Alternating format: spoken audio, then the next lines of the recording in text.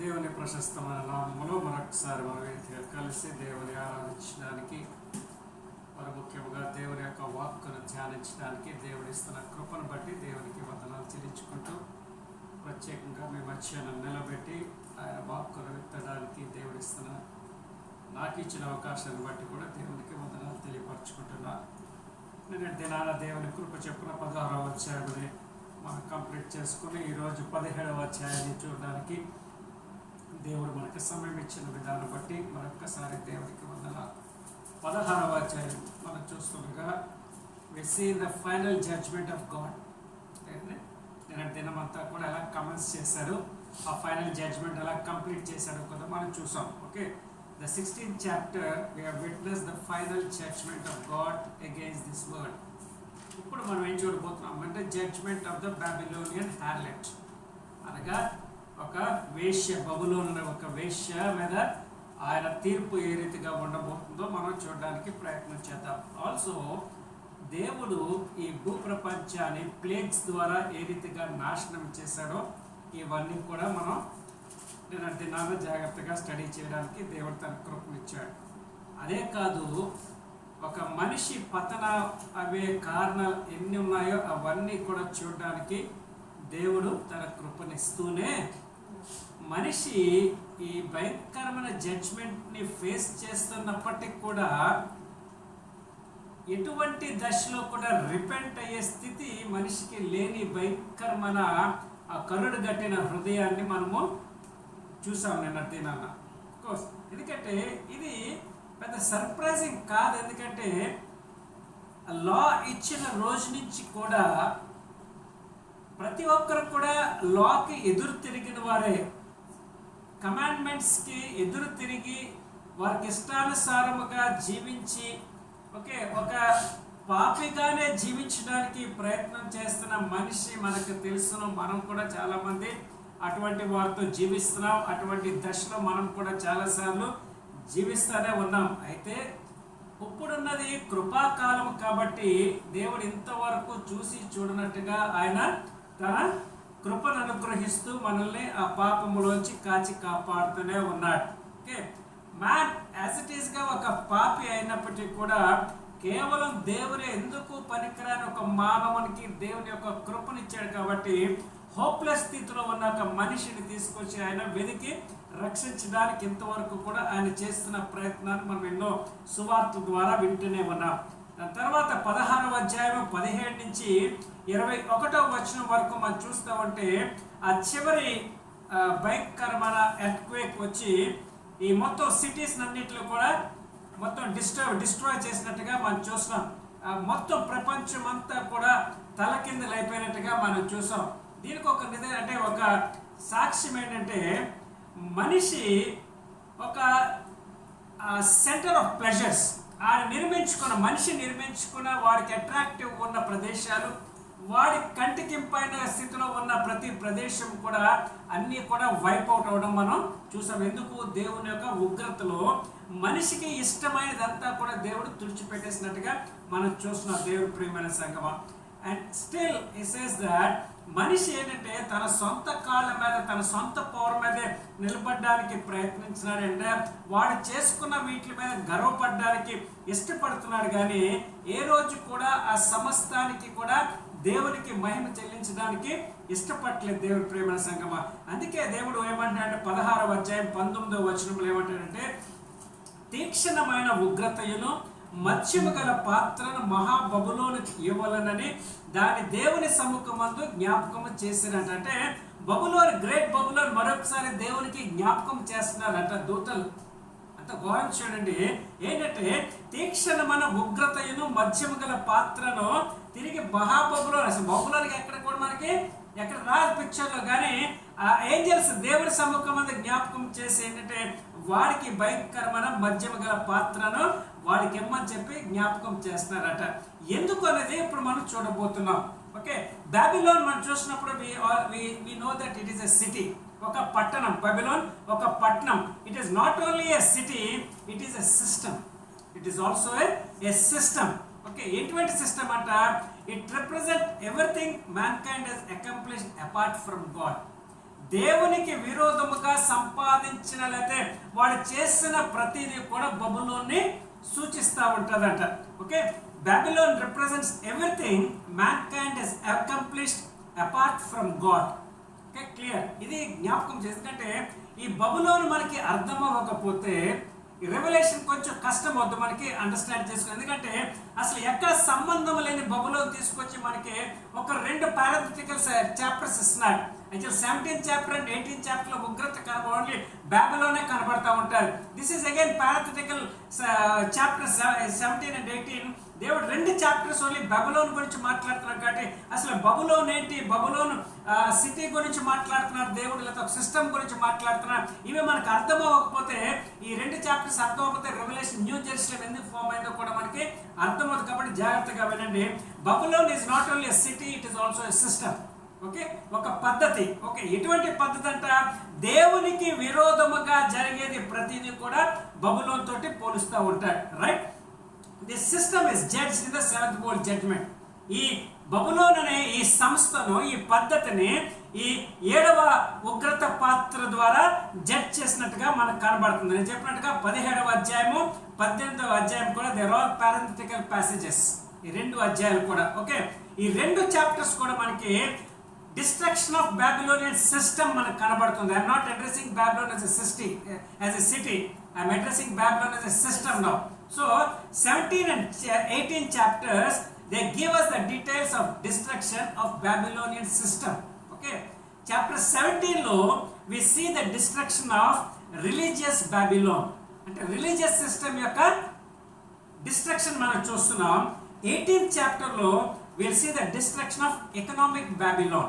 వారి యొక్క ఆర్థిక వ్యవస్థ మీద దేవుడు ఏ రీతిగా దెబ్బ కొట్టబోతున్నాడో మనం చూస్తున్నాం. ఒకటి, మొట్టమొదటి 17th చాప్టర్ లో వారి యొక్క స్పిరిచువల్ సిస్టమ్, రిలీజియస్ సిస్టమ్ ని, మతపరమైన ఆ సిస్టమ్ ని దేవుడు దెబ్బ కొట్టబోతుంటే, 18వ అధ్యాయంలో ఎకనామిక్ సిస్టమ్ ని, ఎకనామిక్ బాబిలోన్, అందుకే ఎకనామిక్ సిస్టమ్ అంటే economic Babylon. Why? Because Babylon is already system. Okay, Babylon ని మనము నాశనం అవడం మనం చూస్తున్నాం. దేవుని ప్రేమ సంగమం, ఈ అధ్యాయాల గుండా మనం వెళ్తుండగా ఓకే, మనం ఏం నేర్చుకోబోతున్నామంటే judgment of the Babylon or judgment of the Babylon harlot. Okay, అనగా భయంకరమైన ఒక వ్యభిచారితో బబులోన్ పోలుస్తున్నాడు. రైట్, ఈ బబులోన్ ఎక్కడి నుంచి కనపడ్డది అనేది లాస్ట్ టైం మనం కొంచెం just we had small glimpse. ఎక్కడంటే మనకి ఆదికాండం 11వ అధ్యాయంలో చాలా జాగ్రత్తగా ఈ మాటలు చదవడానికి ప్రయత్నం చేద్దాం. ఎందుకంటే ఇంతవరకు మనం చూస్తున్నది బైబిల్ని, we just see Bible as an ordinary text గా మనం చదువుకెళ్ళిపోతున్నాం. క్రిటికల్ గా దీన్ని లేక క్రిటికల్ వెళ్ళే వరకు వెళ్ళలేదు. కాబట్టి మనం అనలిటికల్ గా బైబిల్ ని చదవడం నేర్చుకుంటే it helps us a lot. 11వ అధ్యాయము 4వ వచనంలో మొట్టమొదటిగా బబులోను గురించి మనకి కనబడుతుంది. చదవండి ఒకసారి. మరియు వారు మనము భూమి అందంతటా చెదిరిపోకుండా ఒక పట్టణమును ఆకాశమునంటూ శిఖరము గల ఒక గోపురమును కట్టుకొని పేరు సంపాదించుకుందాము రండి అంటున్నాడు. ఇంతవరకు మనం ఈ వాక్యం ఎన్నోసార్లు చదివినప్పటికీ బాబేల్ అనగానే మనకి ఏం గుర్తొస్తుంది? గోపురమే కనబడుతుంది మనకి. వాళ్ళ గోపురమే కట్టారనుకుంటున్నాం, కానీ వాక్యం జాగ్రత్తగా చూస్తున్న వాక్యం ఏం మాట్లాడుతుందంటే, మనము భూమి మీద చెదిరిపోకుండా ఒక పట్టణమును, they wanted to build a big city also. మనకి ఇంతవరకు బాబేల్ అనగానే గోపురం గోపురం గోపురం కడుతున్నారని మనం ఆలోచిస్తున్నాం, కానీ వాక్యంలో క్లియర్ గా చెప్పండి మాట ఏంటంటే, బబులో వారందరూ కూడా ఒక పట్టణమును ఆకాశమందు నంటూ శిఖరము గల ఒక గోపురం 2 కట్టడానికి మీరు కడుతున్నారు. ఎందుకంట? పేరు సంపాదించుకుందాము రండి అని చెప్పి వీళ్ళందరూ కూడా కూడి ఇక్కడ వారు కట్టడానికి ప్రయత్నం చేస్తున్నారు. దేవుని ప్రియమైన సంగమా, ఇంతవరకు మనం ఏం చూసామంటే చెప్పాను కదా, it is just not a tower of Babel, it is a town of Babel also. Okay, ఇక్కడ బాబెల్ ఏంటంటే ఒక హ్యూమన్ ఆటోనమీని మనకి చూపిస్తుంది. ఏంటంటే మనిషి తన వాట్ యు కాల్ ఇట్ స్వయం ప్రతిపత్తి అనగా ఆయన సొంత నాలెడ్జ్ మీద, సొంత బలం మీద ఏదో సాధిద్దామని చెప్పి, ఏదో అకంప్లిష్ చేద్దామని చెప్పి ప్రయత్నం చేయడానికి మొత్తం అక్కడున్న జనాంగం అంతా కూడా కూడి రావడం మనకి కనబడుతుంది. Okay, man wanted to accomplish something on their own కనుక they are not taking God's counsel into picture now. Okay, they want to do something on their own. They wanted to build tower that reached into heaven. ఏంటంటే they wanted to build a tower. గోపురం ఎక్కడికి? ఆకాశమునంటూ శిఖరము గల ఒక గోపురమును కట్టుకుందో మరి రమ్మంటున్నారు. యాక్చువల్గా ఆ రోజుల్లో మనం చూస్తుంటే వారి కల్చర్ కానీ ఏం చెప్తుందంటే heaven is nothing but home of gods. అంటే హెవెన్ ఏంటంటే దేవుళ్ళు ఉండే ఆ ప్రదేశం, వాళ్ళ యొక్క గృహము. కాబట్టి వీళ్ళు ఏం చేస్తారు, what man is attempting to do ఏంటంటే man is attempting to find way into the heaven. What it clear? Man is trying to, on his own, he wants to find a way into heaven, and at the same time, he wants to find a way into the presence of God. Okay? మనకి ఖచ్చితంగా God is a way. Yes, permanently. నేనే మార్గం అని చెప్తుంటే these people want to say that we want to find our own way apart from God. We don't want God అంటారు. దేవుని పక్కన పెట్టేసి దేవుడు ఉండే ప్రదేశాన్ని they want to attack directly అని చూడడానికే ప్రయత్నం చేస్తున్నారు. ఓకే, దేవుని ప్రేమను చూస్తూ ఉంటే the picture is totally incomplete. Why? Because స్క్రిప్చర్లో ఏం చెప్తుందంటే మనము భూమి అందంతటా చెదిరిపోకుండా ఒక పట్టణమును ఆకాశమంటూ శిఖరము గల ఒక గోపురమును కట్టుకుని పేరు సంపాదించుకుందాము రండి అని అనగానే, ఓకే, 4వ వచనములో ఆ మాట అనగానే వెంటనే 5వ వచనంలో see what is God's reaction. యెహోవా నరుల కుమారులు కట్టిన పట్టణమును గోపురమును చూడ దిగి వచ్చెను. ఆయన వెంటనే he didn't allow these people to go up. ఆయన వెంటనే కిందకి దిగి వచ్చి వీరు కట్టుతున్న పట్టణం ఎటువంటిది, వీరు కట్టుతున్న గోపురం ఎటువంటిది అని చూడడానికి ఆయన కిందకి దిగి వచ్చి మనం చూస్తూ ఉంటే దేవుని ప్రియమైన సంగమా ఆయన దాన్ని ఏ రీతిగా ఆపాడు కూడా మనందరికీ తెలుసును. ఓకే, ఏంటి దీని గురించి అంత వరి అవ్వాల్సిన ఇష్యూ అంటే దీని గురించి ఎందుకు మనం ఇంతగా చర్చించవలసిన అవసరం ఏంటని ఆలోచించేస్తే అంతవరకు కూడా they were all in a nomadic life. వారేంటంటే నిత్యము ఒక దగ్గర నుంచి ఒక దగ్గరికి వెళ్ళిపోయే బ్రతుకులే కానీ ఎక్కడ కూడా ఒక దగ్గర సెటిల్మెంట్ అవే పరిస్థితులు కాదు. ఎక్కడ మోసే కాలం వరకు కూడా మన చివరి చూసిన they were all nomadic style. ఎక్కడ కూడా వారికి నిత్యమైన ప్రదేశం వారికి లేదు. They don't have a permanent dwelling place. కాబట్టి దే వర్ ఆల్ మూవింగ్. దేవుని ఇచ్చిన మాటలకు వ్యతిరేకంగా they wanted to build a city for themselves and they wanted to make a big tower for themselves. అందుకేంటంటే ఈ సిటీ దేవుని ప్రేమైన సంగమా ఏంటంటే it is going to be a big deal now. Why? Because వాళ్ళ లైఫ్ స్టైల్ విరోధముగా దేవుడు సూచించిన మాటకు విరోధముగా వీరు జీవించడానికి ప్రయత్నం చేస్తున్నారు. And a city represents the ultimate in human community and fellowship. A city represents the ultimate in human community and fellowship, which God says that you have to commune with me and you have to have a fellowship with me directly అని చెప్తూ ఉంటే వీళ్ళు ఏం చేస్తున్నారంటే ఇది కాదని they want to have their own community and they want to have their own fellowship. అంతవరకు God never said them that you go settle somewhere. Okay, అది they were not willing to obey God's word. దేవుని ప్రేమ సంగతి చూస్తూ ఉంటే ఎందుకు ఇది మనం ఇంతగా స్టడీ చేయడానికి ప్రయత్నం చేస్తున్నామంటే ఈ బాబిలోన్ గురించి మనకు అర్థం అవ్వకపోతే ఎక్కడి నుంచి చూడబోతున్న రెవల్యూషన్ మనకి అర్థం అవుతుంది. దట్స్ ఎందుకంటే why Babylon is a system, how Babylon is going to become a system now. ఈ సిస్టమ్ ని how Antichrist is going to use this, ఇవన్నీ కూడా మనం చూడబోతున్నాం. ఇప్పుడు ఏం చేస్తుందంటే Babylon is showing human ingenuity. Babylon ఏం చూపిస్తుందంటే it is showing human ingenuity and also human ఎబిలిటీని చూపిస్తుంది ఇక్కడ. ఓకే, ఎందుకంటే వాడి సొంత ప్రయోజనం కొరకు సొంత ఆలోచనతో వాడు చేయడానికి మనం చూస్తున్నాం. And man is trying to reason himself. Okay, man is trying to reason himself and is also trying to plan something more ahead. Okay, ఏంటంటే దేవుని యొక్క ఆలోచన మేరకు కాకుండా వాడి సొంత ఆలోచనతో ఇంకా ముందు ఏమున్నదో చూడడానికి ప్రయత్నం చేస్తున్నాడు దేవుని ప్రేమ సంగమా. ఒకసారి ఆలోచించండి, వీళ్ళు కట్టబోయే సిటీ అండ్ టవర్ ఎక్కడికి వెళ్తుందంటే they wanted to reach heaven. They wanted to reach heaven. Okay, for that they needed a big production team, right? And they needed a big plan, a set of drawings. And చూడండి, tabernacle చేసినప్పుడు దేవుడే వారికి plan ఇచ్చాడు, దేవుడే ఖచ్చితంగా చేయమన్నాడు. అంటే God wants the communion with man.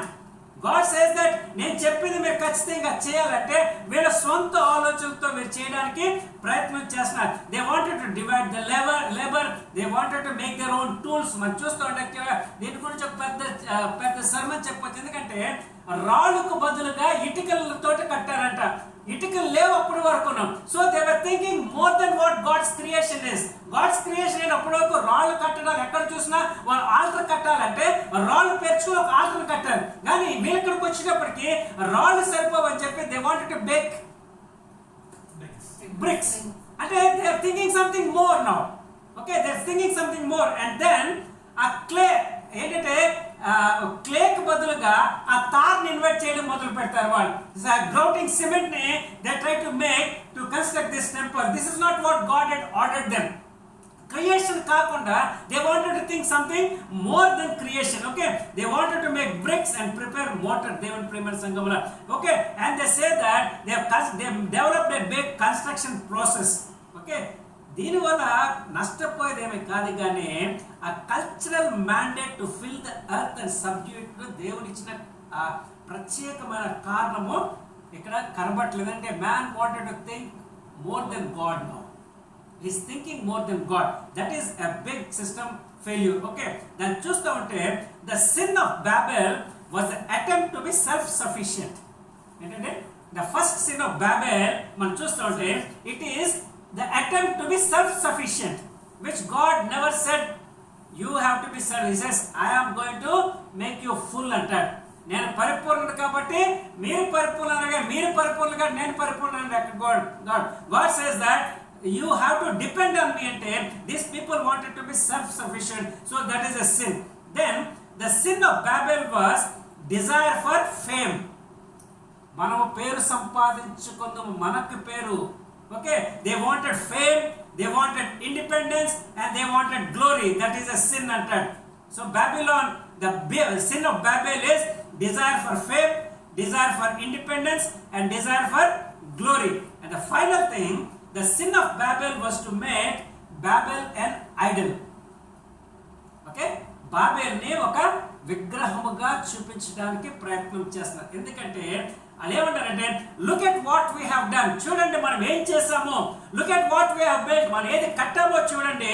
Look at how we have joined all people. అందరినీ కలిపి మనము ఏం చేసామో చూడండి. అందరూ ఒక దగ్గరికి ఎలాగ పోగేసి ఏం చేసామో చూడండి. Apart from God they saying that దేవుని పక్కన పెట్టి ఏ రీతిగా మనం కట్టాం, ఏ రీతిగా మనం చేసాం, ఏ రీతిగా మనం ఆలోచించాం అనగానే ఇదంతా కూడా it says that they wanted to create an idol as Babel. దేవుని ప్రియమైన సంఘం. So these are the three sins. అంటే first sin is self sufficiency, second sin is desire for fame, independence and glory, and third sin is they wanted to make Babel an idol. Okay, దేవుని, and what God did we know that. అంటే వచ్చి వాళ్ళని tongues ఇచ్చి confuse చేసినట్టుగా మనం చూస్తున్నాం దేవుని ప్రియమైన సంఘమా. అండ్ 2000 years తర్వాత ఆల్మోస్ట్ దిస్ బాబెల్ మనం చూసినప్పుడు బబులోన్గా ఆ పెద్ద సిటీగా అయిపోయిన తర్వాత ఎటువంటి పేరుగాంచిందో బబులోన్ గురించి మనం చూసాం. It is having one of the 8th wonder of the world, hanging gardens of Babylon మనం చూస్తూనే ఉంటాం. And then this Babylon was such a city where everyone had to bow down to a idol. మనం చూసాం Nebuchadnezzar రాజు అయినప్పుడు వాళ్ళందరినీ చెరలోకి తీసుకొచ్చి మొత్తం భూప్రపంచాన్ని అంతకు మ్యాక్సిమం పార్ట్ని సంపాదించుకుని వాడు ఏం చేశాడంటే ఒక పెద్ద విగ్రహాన్ని పెట్టి వాడి సొంత విగ్రహాన్ని పెట్టుకుని మొత్తం అందరూ కూడా తల వంచి they wanted everyone to do Idol worship. దానియేలు రాసిన పుస్తకము 4వ అధ్యాయము 30వ వచనం. దానియేలు రాసిన గ్రంథము 4వ అధ్యాయము 30వ వచనంలో what happens to this empire. ఎంత పెద్ద ఎంపైర్ ఏమవబోతుందో చూద్దాం. చూడండి. రాజు బబులోనును ఈ మహా విశాల పట్టణము నా బలాధికారమును ఏమంటాడు? ఈ పట్టణమును చూసి నా బలాధికారమును నా ప్రభావ ఘనతను కనపరచుటకే నా రాజధాని నగరము నేను కట్టించిన. ఎప్పుడే బయటకు వస్తాడు కిటికీలో చూసి he works about his splendor. ఏంటంటే ఎంత పెద్ద పట్టణమును కట్టానా నేను. ఇక్కడ బాబెల్ కట్టినప్పుడు కూడా వీళ్ళు ఏమంటున్నారంటే they were glorifying themselves. ఏంటంటే ఇంత పెద్ద పట్టణం కట్టాం, ఎంత పెద్ద గోపురం కట్టామంటే సేమ్ థింగ్ బబులోను రాజు అయిన నెబుకద్నెజర్ కూడా మాట్లాడితే వెంటనే ఏం జరిగిందో మనకు తెలుసును. The ancient mad cow disease అని ఇప్పుడు మనం వింటున్నాం.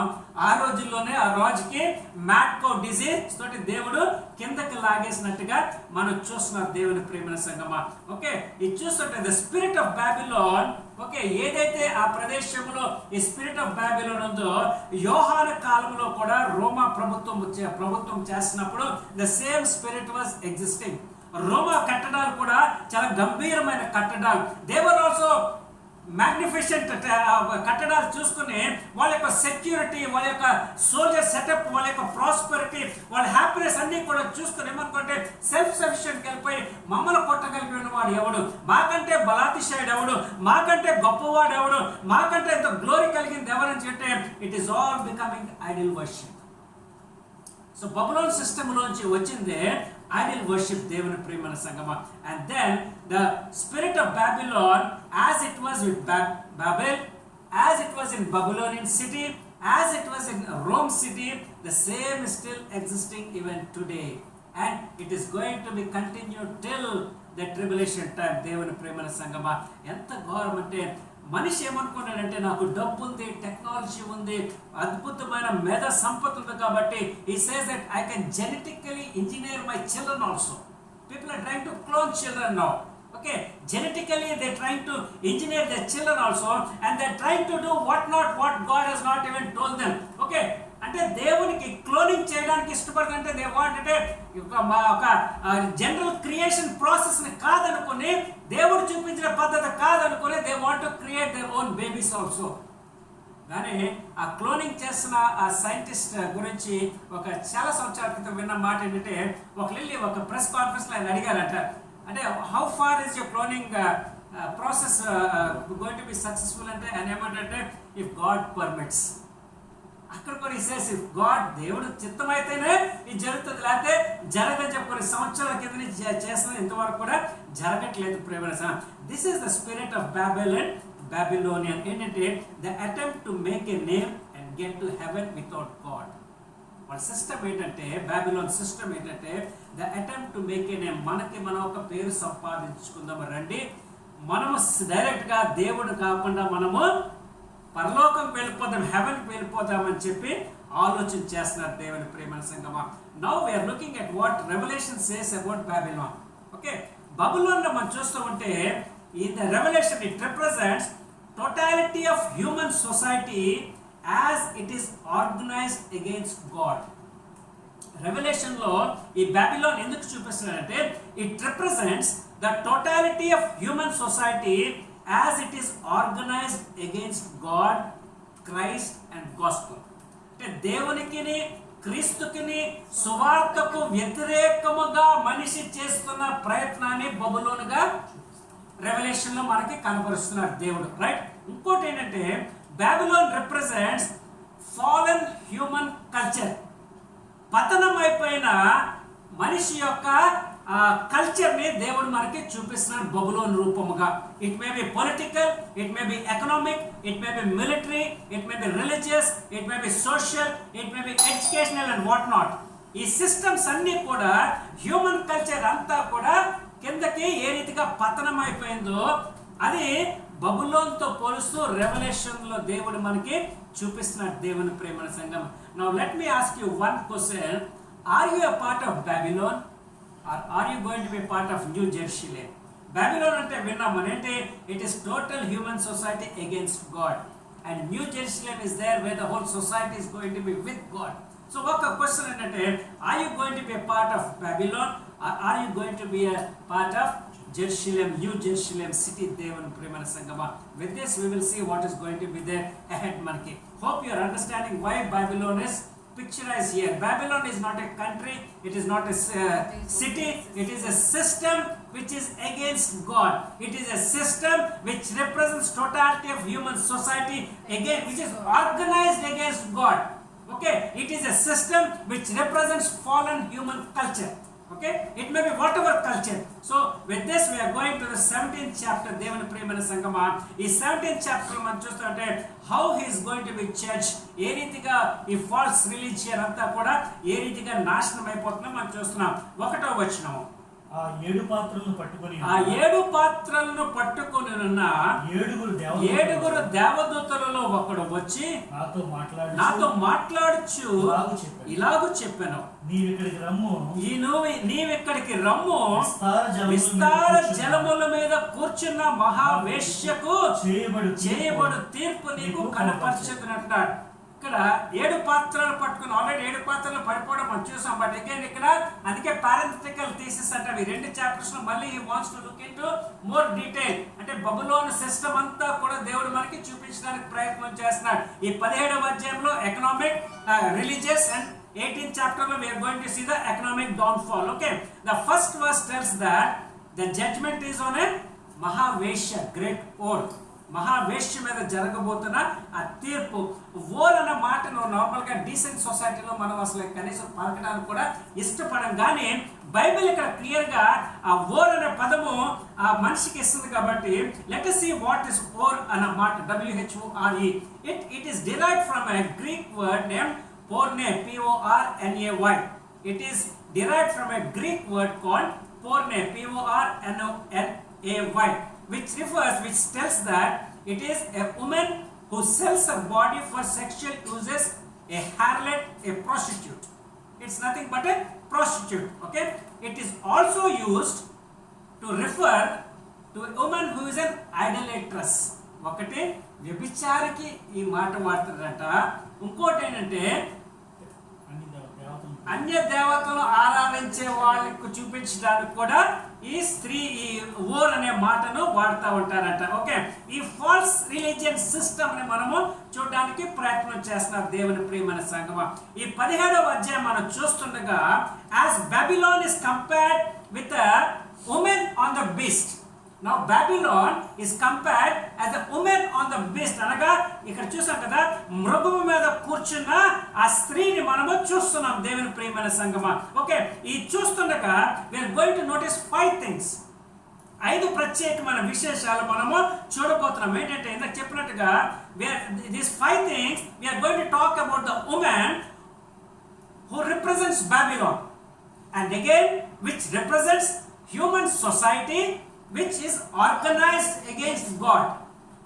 Clear? Babylon anagane it is a woman now.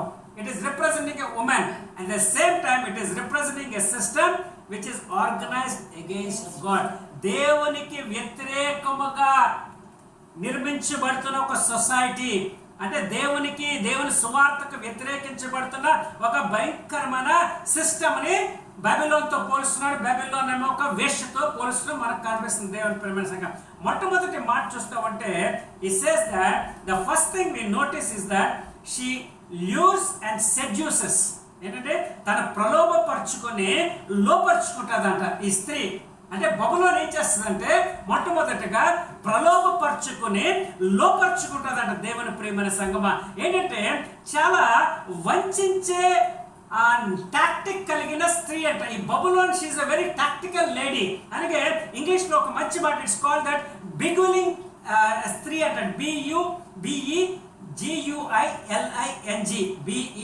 BEGUILING. It says that వంచించే ఆ మనస్సు కలిగిన ఆ స్త్రీ అంట. ఈ మాట ఎప్పుడైతే వింటామో మనకు వెంటనే చిన్న చిన్న ప్రొవర్బ్స్ గుర్తొస్తాయి. ఏమంటే don't judge a book by its cover. మనం చూడగానే దాని గురించి వెంటనే దాని గురించి చెప్పడానికి వీల్లేదు. దాని లోపల చూస్తేనే కానీ మనము దాని యొక్క క్యారెక్టరిస్టిక్ ఏంటో మనకి తెలుస్తుంది. అండ్ ఇంకోటి ఏంటంటే అపియరెన్సెస్ కెన్ బి డిసీవింగ్. ఏంటంటే మన మొట్టమొదటి చూపు వల్ల డిసీవ్ చేస్తే చాలాసార్లు మేము ఈ ఇష్యూస్ తోటి మనం చాలాసార్లు పడిపోయినట్టు మనం కూడా చాలాసార్లు మోసగించబడ్డాం. Because this system is they right from Babylon till tribulation. So this Babylonian system is still continuing. యోహాను కాలంలో ఉంది, నెబుకద్నెజర్ కాలంలో ఉంది, మనం ఉన్న కాలంలో ఉంది, and it is going to continue tribulation. మనం చూస్తున్నాం దేవుని ప్రేమ సంఘం చర్చెస్ లో కూడా మనకి ఇది కనబడుతూనే ఉంది. లవోదిక సంఘం గురించి మనం చాలా డీటెయిల్ గా చూసుకున్నాం. 3వ అధ్యాయం 14-22 వచనం చూస్తే బయట నుంచి చూస్తున్నప్పుడు ఆ చర్చ్ చాలా రిచ్ అండ్ ప్రాస్పరస్ చర్చ్, అంతే కదండి. బయట నుంచి చూస్తున్నప్పుడు it was very rich and prosperous and also very healthy church, చాలా బలిష్టమైన చర్చ్ గా కనపడుతుంది. కానీ ఇన్సైడ్ నుంచి ఎలా ఉంటుంది, దేవుడు ఏం చెప్తారు దాని గురించి, నువ్వు దౌర్భాగ్యుడవు, దిక్కుమాలిన వాడవు, దరిద్రుడవు, గుడ్డివాడవు, దిగంబరుడు. అగైన్ అపియరెన్సెస్ ఆర్ డిసీవింగ్ అంటాడు దేవుడు. ఓకే, దాని తర్వాత చర్చ్ మనం తుయితరా చర్చ్ గురించి చూస్తా ఉంటే one attractive woman, a prophetess, ఎవరు సామాన్యమైన స్త్రీ కాదు, one attractive woman and she is a prophetess by the name of Jezebel. She was in the church. దేవుని ప్రేమ సంగమా చర్చ్ లోకి ఈవిడ వచ్చి ఏం చెప్తుందంటే idol worship and sexual rituals ఇవన్నీ చేయడము కరెక్ట్ అని చెప్తా ఉంటే దిస్ చర్చ్ దేవుడు ఏంటంటే ఆ స్త్రీని చూస్తున్నప్పుడు they thought she is a very good lady and they thought she is a prophetess. కాబట్టి వాళ్ళు చర్చ్ లోకి అలౌ చేశారు. కానీ దీని యొక్క బోధలన్నీ కూడా తప్పుడు బోధలే. అగైన్ అపియరెన్సెస్ ఆర్ డిసీవింగ్ అని చెప్పి దేవుడు మనకి చూపించడానికి ప్రయత్నం చేస్తున్నాడు. People are not always what they seem. Okay, don't judge a book by its cover. John tells that ఈ స్త్రీ యొక్క చేతిలో చూడండి 17వ అధ్యాయం 4వ వచనం చూడండి. ఆ స్త్రీ తోమ్ర రక్తవర్ణము గల వస్త్రం ధరించుకొని బంగారముతోను రత్నములతోను ముత్యములతోను అలంకరింపబడినది. ఏ హీయమైన కార్యములతోను తాను చేయుచున్న వ్యభిచార సంబంధమైన అపవిత్ర కార్యములతోను ఒక సువర్ణ పాత్రను తన చేతిలో ఏర్పడి ఒక స్త్రీ, she is decorated, the lady is decorated. Okay, అవన్నీ పక్కన పెడితే తన చేతిలో ఒక బంగారము పాలిష్డ్ ఒక మంచి గ్లాస్ తన చేతిలో గోల్డెన్ కప్ పట్టుకుని ఉందంట. ఆ గోల్డెన్ కప్ చూడగానే మనైతే చాలా అద్భుతమైన మెరిసిపోతున్న కప్ అనుకుంటాం. కానీ దాని లోపల ఉన్నదంతా అంతా కూడా అబామినేయమైన సంగతులే. బయట అపియరెన్స్ ఒకలాగా ఉంది, లోపల చూస్తే చాలా భయంకరమైన స్థితి మనకి కనబడుతుంది. Again he says don't judge a book by its cover. దేవుని ప్రేమ. యాజ్ ఫర్ ద ఉమెన్ మనం చూస్తామంటే 4వ వచనం చూసాం కదా, she was dressed in purple and scarlet. ఏమంటుందండి, ధూమ్ర రక్తవర్ణములతోటి purple and scarlet. It indicates, okay, purple and scarlet అంటే దేవుని ప్రేమ సంగమా ఇది చెప్తారు కదా, ఇట్ ఇండికేట్స్ రాయల్టీ. ఓకే, ఇవన్నీ కూడా మనకి దేవుని కలర్స్ తో మనకు కనబడతానే ఉంటాయి. ఓకే, అండ్ దెన్ సేస్ అది అయిపోగానే 17వ అధ్యాయం 4వ అంటే బంగారముతోని రత్నములతోని పొదిగిన ఒక స్త్రీ చూపిస్తే ఆ స్త్రీ ఎవరో మనకి 1వ అధ్యాయంలో ఏం చెప్పాడు, షీజ్ ఎ వేశ్య, షీజ్ ఎ ఓర్ అని చెప్తే మనకు పడుతున్నారు. అండ్ దెన్ ఇంకా కొంచెం ముందుకెళ్తే 5వ వచనంలో ఏమంటాడంటే షీజ్ ఎ మదర్ ప్రాస్టిట్యూట్ అంటాడు. షీజ్ ఎ మదర్ ప్రాస్టిట్యూట్ అంటాడు. అనగా ఈవిడ్లోంచే మొత్తం అనేక విధమైన ప్రాస్టిట్యూషన్ సిస్టమ్స్ అన్ని కూడా ఈవిడ్ నుంచి అంటే బబుల్లో నుంచి బయటికి రాబోతున్నాయి. ఎందుకు జాన్ ఇంత హార్ష్ గా మాట్లాడుతున్నాడు మనం చెప్తున్నా ఉంటే దేవుని ప్రేమ సంగమా, ఎందుకంటే నార్మల్ గా జాన్ ఎప్పుడు కూడా ఇంత డైరెక్ట్ గా ఎవరి గురించి కూడా క్రిటిసైజ్ చేయాలంటే మనకు కనబడదు. కానీ ఈ బబులోన్ గురించి ఆయన చాలా గట్టిగా మాట్లాడుతాడు. ఎందుకంటే ఈ చూడండి ఆయన ఎంత ఘోరంగా మాట్లాడుతూ ఉంటాడు. 1వ వచనంలో ఈ స్త్రీని ఏమంటాడంటే మహావేశ్య అంటాడు. అంతేగాని 2వ వచనంలో అంటాడు ఆమెతో వ్యభిచరించింది అంటాడు. ఓకే, ప్రజలందరూ కంటే షీ హస్ ల్యూర్డ్ అండ్ సెడ్యూస్డ్ అంటాడు. 2వ వచనంలో ఏమంటాడు, ఆమె వ్యభిచారం మద్యముతో మత్తులైపోయారు. ఆవిడ షీ ఇండ్యూసెస్ సెడ్యూస్ చేసి మత్తు మందిని కూడా మత్తులే చేస్తుందంట. 4వ వచనం ఏమంటాడంటే ఏహ్యమైన కార్యములు చేస్తుందంటాడు. 5వ వచనంలో కూడా ఏహ్యమైన వాటికి తల్లి అంటాడు, ద మదర్ ఆఫ్. ఇంత ఘోరంగా ఎవరిని కూడా జాన్ ఇంతవరకు మాట్లాడారు. ఎందుకంటే ఈ సిస్టమ్ అంటే జాన్ కి చాలా భయంకరమైన opinion. Why? Because it is against his God. ఎందుకంటే it is against his God. కాబట్టి దాన్ని ఏదైనా సరే అవసరం లేదు, నాకు నా దేవునికి వ్యతిరేకంగా ఒక ప్రాస్టిట్యూట్ తోటి పోల్చి రాయడానికి ప్రయత్నం చేస్తారు. She tries to lure and seduce the people of god away from god. ఏం చేస్తుంది దానికి? ఫస్ట్ ఏమన్నా షీ ల్యూర్స్ అండ్ సెడ్యూస్. ఎవరిని ల్యూర్ చేస్తుంది, ఎవరిని సెడ్యూస్ చేస్తుంది, ఎవరిని ప్రలోభపరుస్తుంది అంటే దేవుని యొక్క ప్రజలను దేవుని కాదని ఐడల్ వర్షిప్ వైపు ఇది ల్యూట్ చేసి సెడ్యూస్ చేస్తుందంట. ఇది మనం చూస్తూ ఉంటే idolatry is compared to adultery. ఎప్పుడు కూడా బైబిల్లో idolatry is compared to adultery. హోషియా రాసిన పుస్తకము 1వ అధ్యాయము 2వ వచనం. హోషియా రాసిన పుస్తకము 1వ అధ్యాయము 2వ వచనం. మొదట యెహోవా హోషేయ ద్వారా ఈ మాట సెలవిచ్చెను. జనులు యెహోవాను విసర్జించి బహుగా వ్యభిచరించి ఉన్నారు కనుక to move away from God is nothing but doing prostitution. యేసు ప్రభువును కాదని నువ్వు చేస్తున్న ప్రతి కార్యము కూడా you are going to fit into the Babylonian system. దేవుని కాదని నువ్వు తలంచిన ప్రతి కార్యము కూడా you are doing a war business. యేసు ప్రభు చెప్పిన మాటను కాదని నువ్వు చేయడానికి ప్రయత్నం చేసిన ప్రతి కార్యము కూడా దేవునికి ఏహ్యమైంది. And it says you are going to come into the Babylonian system. If you are coming into Babylonian system, ఖచ్చితంగా Babylonian judgment కూడా నీ మీదకి దేవుడు తీసుకురావడానికి ఎటువంటి సంకోచం లేకుండా ఆయన ఖచ్చితంగా ఆయన ఈ కార్యం చేయడానికి ఇష్టపడతారు. దేవుని ప్రేమ బాబిలోన్ ప్రాస్టిట్యూట్ చూస్తూ ఉంటే ఈ కార్యం అని చూస్తూ ఉంటే తుయితరా సంఘములో ఆల్రెడీ ఒక సంఘములోనే వ్యభిచార కార్యం అనగా దేవుని కాదని కార్యాలు చేయడానికి ప్రయత్నం చేస్తున్నారు. పెర్గమా చర్చిలో కూడా వీరు ఏం చేస్తున్నారంటే నికోలైతుల బోధ వీళ్ళందరూ కూడా వీరు అవలంబించడానికి ప్రయత్నం చేస్తున్నారు. Churches tolerated what is not taught by god. Church tolerate చేసింది ఏంటి? దేవునికి కాదనకుండా చేసిన ప్రతిది కూడా వ్యభిచారం అని తెలుసుండి కూడా ఐడల్ వర్షిప్ అర్పించి తిన్నారు. అండ్ ట్రేడ్ గిల్డ్స్ లోకి వీళ్ళకి పని కావాలంటే they had to offer themselves as Nicholas గురించి మనం ఒక డీటెయిల్ బైబిల్ స్టడీ చేయలేదు. కానీ Nicolaite what is says religious prostitution is legal అంటాడు. Says that religious prostitution is legal which is dead against the word of God. So వీళ్ళందరూ కూడా they were accepting Babylonian system into the church. Okay, clear? And now we say first part ఏంటంటే she lures and seduces. The second thing what we want to notice about this woman or Babylonian system అంటే her influence is vast, wide and universal. Her system is her influence is vast, wide and universal. ఏమంటాడు? విస్తార జలముల మీద కూర్చున్న విస్తార జలముల మీద a big flow of waters మీద కూర్చున్న మహావేశ్యట. Old testament లో చూస్తాం లిటరల్ గా బబులోని ఎక్కడ కూర్చుందంటే యూఫ్రటిస్ నది పక్కన ఫ్లోయింగ్ వాటర్స్ మధ్యన. అందుకే సివిలైజేషన్ అంతగా అభివృద్ధి చెందినట్టుగా కనబడుతుంది. మరి ఇక్కడ ఈ స్త్రీని ఏం చెప్తున్నాడు? is again saying విస్తార జలముల మీద కూర్చున్న. మనకి విస్తార జలముల మీద కూర్చోగానే మనకోటి మనం చదవని జలముల్లోంచి వచ్చినాడు ఎవడు? ఈ beast. Let us see what Revelation talks about that. 17వ అధ్యాయం 15వ వచనం. ఈ వాటర్స్ అంటే ఏంటన్న చూడండి ఒకసారి. ఆ దూత నాతో ఇలాగ చెప్పాను, ఆ వేశ్య కూర్చున్న చోట ఆ వేశ్య ఎక్కడ కూర్చుంది? What the point? ఆ వేశ్య మొట్టమొదటి వచనంలో ఏమంటాడు? జలము విస్తార జలంలో. అంటే ఆ వేశ్య అనగా ఆ జలములు ఏమన్నాడు? ఇప్పుడు అరే నువ్వు చూచిన జలములు ప్రజలను జనసమూహములను జనములను ఆయా భాషలు మాట్లాడే వారిని సూచించాడు. మన last time I didn't give the reference. అంటే ఈ బీస్ట్ ఎక్కడి నుంచి వస్తున్నాడు? ఇప్పుడు ప్రజల మధ్య నుంచి వచ్చాడు.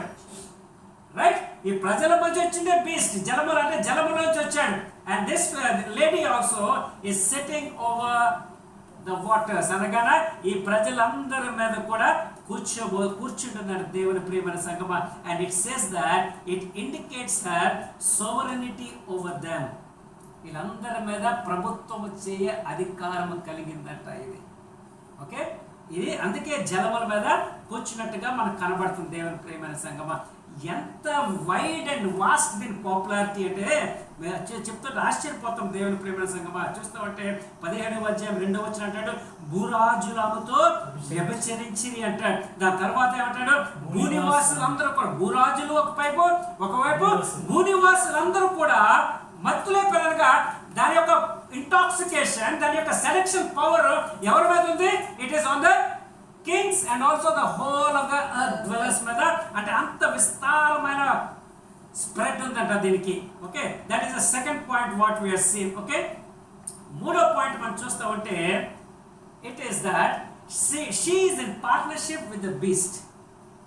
మూడవ పార్ట్ ఏంటంటే she is in partnership with the beast. మూడవ వచనం, ఆత్మవశుడైన నన్ను అప్పుడు అతడు ఆత్మవశుడైన నన్ను అరణ్యము కొనుపోగా దేవదూష నామములతో నిండుకున్న కొన్ని 7 తలలను 10 కొమ్ములు గల ఎర్రని మృగం మీద కూర్చుండే ఒక స్త్రీని. ఈ స్త్రీ ఎక్కడ కూర్చుంది? జలముల మీద కూర్చుని, జలముల మీద ఏముందంటే ఈ బీస్ట్ ఉంది, బీస్ట్ మీద కూర్చుంది. This whole system is designed that way. అనగా ఈ బీస్ట్ ఎవరికి అధిపతి? ఈ ప్రజలందరికీ కూడా is going to be the king, right? వారికి ఉన్న సిస్టమ్ ఏది వాడుకోబోతున్నాడంటే is going to use the Babylonian system to take power of the whole generation. అక్కడ ఉన్న ప్రజలందరి మీద, భూనివాసులందరి మీద అధికారం పొందడానికి ఈ బబులోను అనే సిస్టమ్ ని వాడుకోవడానికి ఈ పార్ట్నర్షిప్ వస్తున్నాయి. అంటే ఆ స్త్రీ is directly in partnership with the beast. దేవుని ప్రేమ. ఈ 13వ అధ్యాయంలో ఈ బీస్ట్ ఎవడో మనము చూస్తాం ఆల్రెడీ. ఈ బీస్ట్ మనకి దానియేలు రాసిన 7వ అధ్యాయంలో ఏంటంటే it represents the kingdoms of the world which opposed god's kingdom. చూసాం కదా, 4 రాజ్యాలు మనం చూసాం which were opposing. These are all the beasts. So beast represents the kingdoms of this world which are in opposition of God and Christ and the gospel. That is again falling into Babylonian system, right? Okay. వీడికి ఏముంది? దేవదూషణ నామములతో వీడు నిండుకొని ఉన్నాడంట. Blasphemy, దేవుడు అనబడిన ప్రతి దాన్ని కూడా వీడు దూషించడమే వీడి పని. లాస్ట్ టైం కూడా రెఫరెన్స్ ఒకసారి రిఫరెన్స్ చూసుకుని ముందుకెళ్దాం. తెస్సలోనికీయులకు రాసిన 2వ అధ్యాయము, 2వ పత్రిక 2వ అధ్యాయము 4వ వచనం. 2 Thessalonians 2nd chapter 4th verse. ఏది దేవుడు అనబడునో, ఏది పూజింపబడునో దానంతటిని ఎదిరించుచు ఈ బాబిలోనియన్ సిస్టమ్, దానంతటిని ఎదిరించుచు దానికంతటి పైగా వాడు తను తానే హెచ్చించుకొనుచు తాను దేవుడిని తను కనుపరుచుకొనుచు దేవుని ఆలయంలో కూర్చుండును గనుక. He says this is the system what we are going to see here in detail. దేవుని ప్రేమ సంగమా, He says that వీడికి మొత్తము రిలీజియస్ పవర్ అంతా కూడా ఈ బబులోన్ సిస్టమ్ కి ఇవ్వబడిందట. This is seated. ఈ బీస్ట్ మీద ఎవరు కూర్చున్నారు? ఇప్పుడు ఈ స్త్రీ కూర్చుంది. Babylon is a great prostitute. Okay, now it says that అంటే ఈ బబులోన్ వేరే, బీస్ట్ వేరే. Babylon is only a system. What చాలా మంది ఏమనుకుంటే Babylon they compare with beast. No, Babylon is there because this system Babylon is being seated on the beast. Babylon వేరే, Babylon system ని వాడుకుంటారు. The beast pursues this goal through the use of brute power. The woman pursues this goal by luring and seducing. ఈ beast ఏంటి? వాడి యొక్క కొమ్ముల వల్ల, వాడి యొక్క హార్న్స్ వల్ల బ్రూటల్ పవర్ తో వాడి గోల్ ని సాధించుకుంటాడు. ఈ స్త్రీ ఏం చేస్తుంది? ల్యూరింగ్, ప్రలోభపరిచి లోపరుచుకునే జనాల్ని. వీళ్ళిద్దరూ ఏకమైపోతే ఇప్పుడు ఏమవుద్ది? వాళ్ళు ఒక పక్క నుంచి ప్రలోభపరుస్తూ ఉంటారు, ఒక నుంచి లోపరుచుకుంటారు, ఒక పక్క నుంచి బ్రూటల్ ఫోర్స్ తోటి మొత్తం జనాంగం అంతా కూడా ఆక్రమించుకుని దేవునికి విరోధముగా ప్రజలందరినీ కూడా తిప్పడానికి ప్రయత్నం చేస్తున్నారు. That is Babylonian system as well as the beast. Okay, now we are going to the 4th point.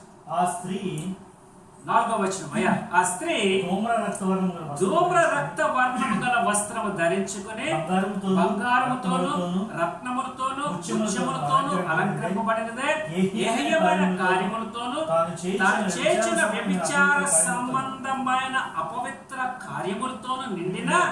yes, now this lady, she is luring and seducing with economic prosperity.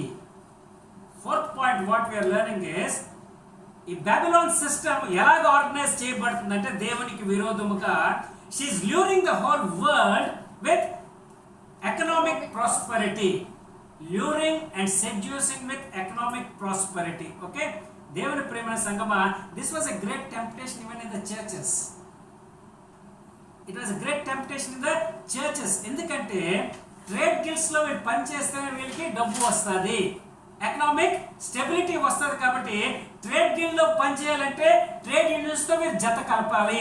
Trade unions ఏం చేస్తారు, విగ్రహాలకు వారి trade దేవతలకు వారు పెట్టింది పూజించింది అక్కడ పెడితే ఈ క్రిస్టియన్స్ పని కావాలంటే ఖచ్చితంగా తింటేనే కానీ they cannot go into their economic freedom. So this was the place how it was using the Babylonian system. దేవుని ప్రేమ సంగమా, this lady she oozes with wealth.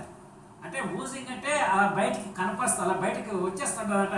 అదే ధూమ్ర రక్త వర్ణ గల వస్త్రము ధరించిన పర్పుల్ అండ్ స్కార్లెట్.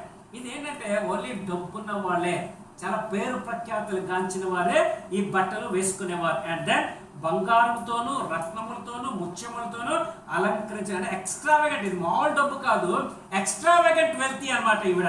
అండ్ అది కాకుండా సువర్ణ పాత్రను తన చేతితో పట్టుకున్న, కేవలం డ్రెస్సే కాదు, ఆర్నమెంట్సే కాదు, తన వాడుతున్న ప్రతి యుటెన్సిల్స్ అన్ని కూడా ఇవి గోల్డ్ తోటి ఉంటాయి. నార్మల్గా అంటే కామన్ మ్యాన్ అంటే ఒక క్లే కప్ తో తాగుతాడు, కొంచెం డబ్బు రేటుతో ఒక సిల్వర్ కప్ తో తాగుతాడు. ఎక్స్ట్రావెగెంట్ వెల్తీ ఏమిటంటే ఈ బంగారు కప్స్, సూపర్ రిచ్ వీళ్ళు తాగడానికి ప్రయత్నం చేస్తూ ఉంటారు దేవుని ప్రేమ సంఘ. ఎందుకంటే దీని క్లయింట్స్ చూస్తే పిచ్చెత్తిపోద్దు మనకి. ఇందాక నేను చెప్పడం మర్చిపోయాను. క్లయింట్స్ మనం చూస్తూ ఉంటే 18వ అధ్యాయంలో దీని క్లయింట్స్ కనబడతారు.